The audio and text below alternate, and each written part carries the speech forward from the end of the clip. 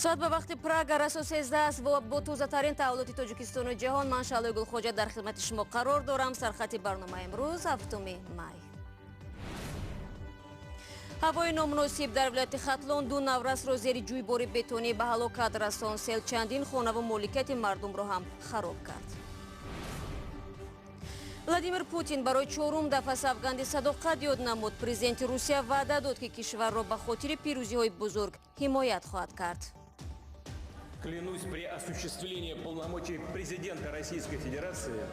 қасам мехӯрам ки дар мақоми раёсат ҷумҳури Русия ҳуқуқ ва озодиҳои шаҳрвандонро ҳимоя мекунам. ва тақозои замини бештар барои боғи ҷонварони суғд. Масъулони боғ мегӯянд дар ин ҳолат мардум барои тамошои навъҳои бештари ҷонварон имкон пайдо мекунанд. من میخوام همین زوپر رو کلان کنم. همین مبلغی که واسه خودش باید در خودش استفاده کرده صاحب یک زوپر که خشریش نباشه در اونجا جای کنه باز منه.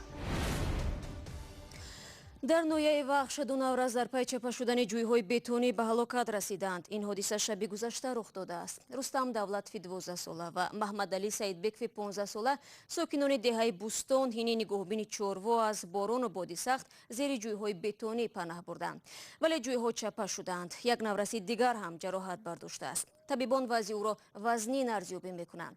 Сел дар ин деҳа ҳамчунин ба чандин хона ва моликияти мардум осеб расондааст. Дар видеое ки рӯзи 7 май аз ин деҳа ба Радиои Озодӣ фиристоданд, дида мешавад ки сел мошинеро зери обу гил кардааст ва оби ғализи гилолуд аз дохили кӯчаи васеъ мегузарад.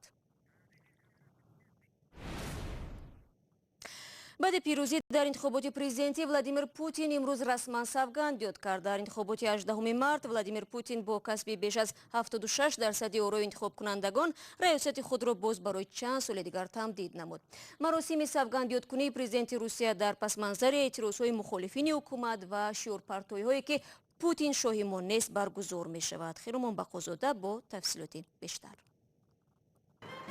рӯзи 7 май дар шаҳри Москав маросими савгандиёдкунии президенти Русия Владимир Путин баргузор шуд. Путин ба муҳлати 6 соли дигар президенти ин кишвар хоҳад буд.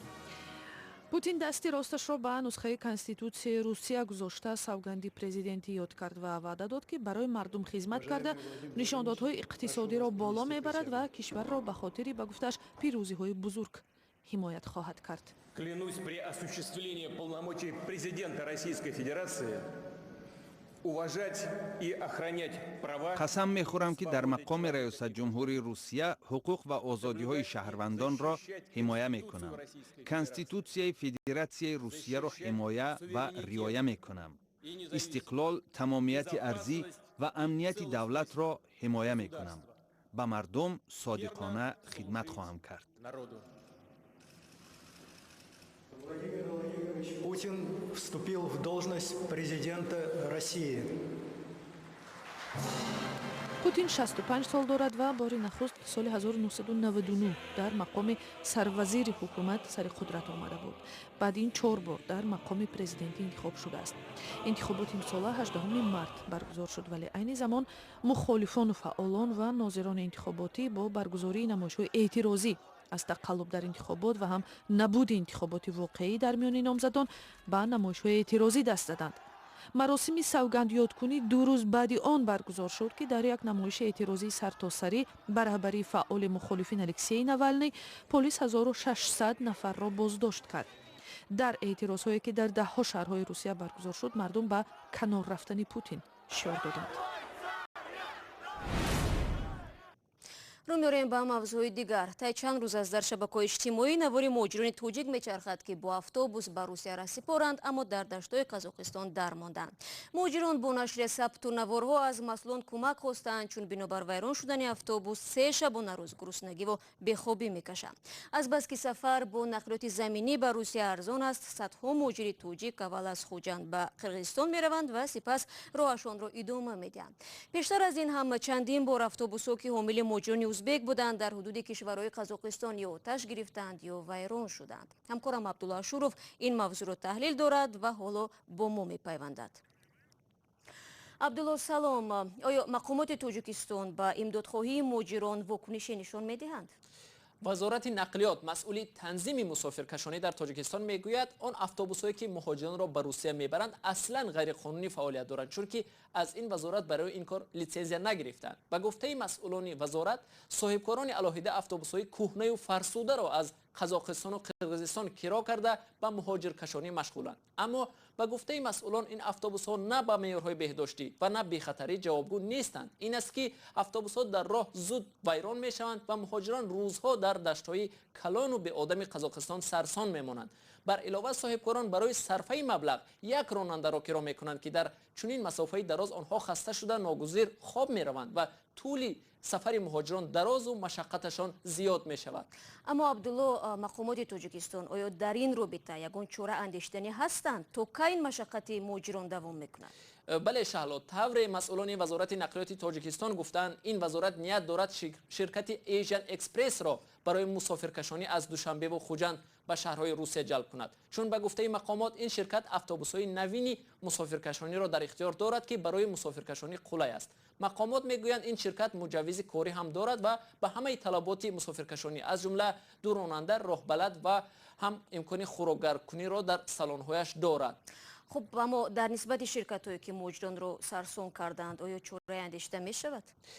بله شهلا، نخست اینکه با حرکت در آمدن اتوبوس‌های ایژن اکسپرس مسافرکشانی اتوبوس‌های بی لیسانس را وزارت نقلیات منع می‌کند. دوم، وزارت میگوید تا به حال صاحبکاران علاهیده به این کار مشغول هستند و چون اتوبوس‌ها از قزاقستانند به جوابگاری کشاندن آنها برای مقامات تاجیک دشوار است. اما این وزارت میگوید روای این گونه اتوبوس‌ها را من بعد از شهرهای تاجیکستان منع می‌کند و همچنین از مهاجران نیز دعوت می‌کند که به این گونه اتوبوس‌های بینام و شرکت و لیسانس سوار نشوند و سلامتی خود را به خطر نگذارند. تشکر عبدالله، امیدوارم که مهاجران تاجیک این مشورت را حتما در یاد میگیرند. در تاجیکستان موردهای زیادی جای دارند که زنان تاجیک بعد گرفتن طلاق از شوهر بدون هیچ کمک و با کودکان نابالغ در بغل سرگردان می شوند. ظاهراً چنین وضعیت در دیگر کشورهای مسلمانی هم مسئله نو نیست. اما در مصر یک زنی که همین گونه تقدیر داشته است تشبث را به دست گرفته و رادیو تأسیس داد تا اینکه زنان چون او به زندگی و مقام نو آماده باشند. سجیده میرزا در همین باره میگوید. یک زن مصری که با مشکل زیادی اجتماعی و حقوقی از شوهرش جدا شده است، با هدف کمک به زنهایی که در راستای طلاق قرار دارند رادیو تشکیل کرده است. این رادیوی زنان طلاق شده نام دارد و از سال 2010 به این طرف برای حفظ مقام اجتماعی زن در پی طلاق تلاش می‌کند. محاسن صابر میگوید زنان در جریان طلاق به مشورت نیاز دارند تا از حق قانونی و دینی و کمکی که دولت به آنها فراهم می‌آورد آگاه باشند. من از تجربه شخصی پژوهش‌هایم می‌دانم که زن هم حق دارد طلاق بگیرد. مهم اینجا خودی طلاق نیست، مهم آن چیزی است که بعد طلاق به وقوع می‌پیوندد. رادیوی زنان طلاق شده برای کمک به نفرانی است که عائله‌هایشان تازه از هم پاشیده است. این زنها امکان دارند در برنامه‌های زنده سوال دهند و جواب سوال خود را مستقیما دریافت کنند. صرف نظر از آن که نام رادیوی ما رادیوی زنان طلاق شده است، این رادیوی عائلوی می باشد. مخاطب برنامه‌های ما تمام عائله است. ما درباره تربیت فرزندان و پیدا نمودن شوهر مناسب به زنان تنها یاری می‌رسانیم. رادیو امکان زیادی مالی ندارد و برنامه‌هایش را توسط اینترنت در یک کافه در ولایت شرقیه مصر پخش می‌کند. حالا 35 نفر داوطلبانه به این رسانه کمک فنی و مالی می‌رسانند. شنوندگان رادیو نه تنها از مصر بلکه از عربستان سعودی، سودان و اسپانیا در برنامه‌های اشتراک می‌کنند. خانم شیما که چند پیش از همسرش جدا شده است، با کار رادیو بهای بلند می‌دهد. ما به این رادیو نیاز داریم. اثنای طلاق به جای بحث و بررسی‌های خالی ما باید مسئله‌های جدی را در میان گذاریم. زنان نصف جمعیت نه، زنان تمام جامعه را تشکیل می‌دهند. زن وزیر، افسر پلیس، مهندس و پرزیدنت به دنیا می‌آورد. агар зан осудаву солим бошад насли солим тарбия мекунад. بر پایه یک تحقیقات سازمان ملل متحد از سال 2013 47% زنان طلاق شده مصر از خشونت در خانه رنج بردند. در مصر که بزرگترین کشور عرب زبان است، بنابر آمار سال 2015 هم 200,000 طلاق رسما ثبت شد که در مقایسه با یک سال پیش 10% بیشتر بوده است.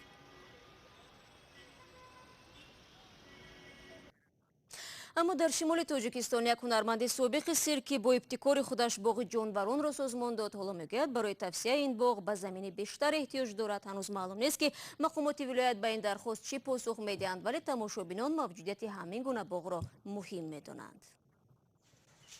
پرواز اولین و یگانه باغ جانوران در شمال تاجیکستان است. زیاد از 40 جانور دارد و مسئولان میگویند به میدان وسیع‌تر برای بنیاد باغی بزرگتر نیاز دارند، چون که مکان حاضرت تنگ و شرایط برای نگه داشتن حیوانات محدود است.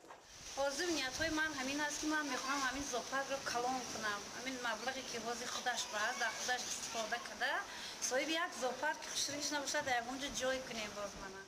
مدینه دولتова هنرمند سابق سیرک است. در سیرک دولتی تاشکند مارباز بود.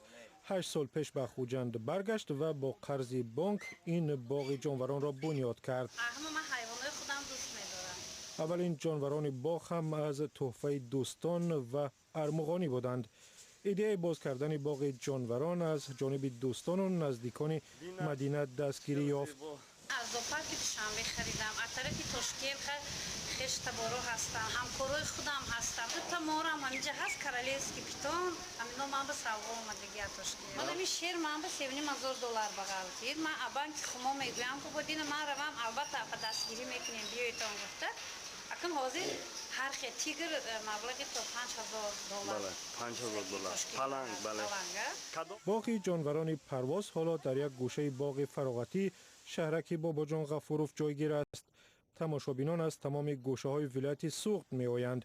یگانه جای است که کلانسالان و کودکان می توانند حیوانات وحشی مثل شیر، خرس، گرگ و مارهای بزرگ را از نزدیک ببینند. سرچم بود من یک ریباتی باقی حیوانات گیرام می رفته. امروز گیرام آمدیم. به هر فرصت همه چیزایی ها یک کور اول دیدم سر بچه ها خودم هم حتی که تلویزیون میدم تو این درجه وای نبود.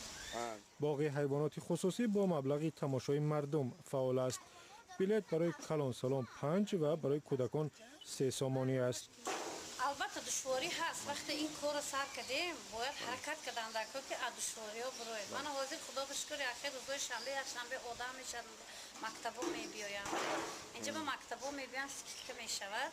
ما همین قدری که نلوکمون شود خدا بشکر نامپولی چای پولی میماند. البته مسئولان باغ میگویند اگر مقامات به آنها زمینی علاهیده بدهند یک باغ زمانوی بنیاد میکنند. این هم برای تجارت آنها مفید می شود، هم مردم امکان می یابند از تماشای نوع‌های گوناگون جانوران ذوق برند. وزارت فرهنگ تاجیکستان فهرستی آوازخوانان کسبی را تهیه دارد که در آینده تنها آنها حق برگزاری کنسرت و شرکت در طی مراسم‌ها را خواهند داشت. روی خط مذکور تا 2 ماه دیگر اعلان می شود. مسئولان وزارت فرهنگ آوازخوانها را پس از ارزیابی سطح و صفت ترانه، موسیقی و شیوه تقدیم آن به این فهرست شامل می کنند. به باور وزارت با این وسیله از هنرمندان به اصطلاح خسکی رها خواهند شد. هنرمندانی که واقعا صنعت دارند، هم نواخته میتونن، هم شنوایی موسیقیشون بلند است، هم بسیار استعداد خودآگاه دارن. خیلی آدمان رو در میشناسیم چون یک گروه کمیسیون من کردگی هستم. اون کمیسیون میبیند و از نظر میگذارند و واقعا بها بگذارد که میشد یا نه. برای من همین دیده بها داده ما اجازت میدیم. اگر چند کس هم از خواستن کنسرت های تیان خط هالا رو پولش بیتیم برای پول کرده میرد. من به هنر راه نمیتونم پولش بودم. و نزدیکان عبدالرسول نظرов میگویند پسرعمه او را دادگاه نهایی سینو به 2 سال زندان محکوم کرده است. عبدالرسول نظرов آخر ماه مارت امسال بعد یک روز بازداشت در ملیساخانه درگذشت. مسئله دیگری که همسر عبدالرسول نظرов را از مجازات شدن دستاندرکاران شکنجه شوهرش ناامید کرده است مشخص نگردن تشخیص مرگی او از طرف متخصصان پایگاه نظامی 201 روسیه می باشد. برنامه ما انجام یافت. خدا نگهدار.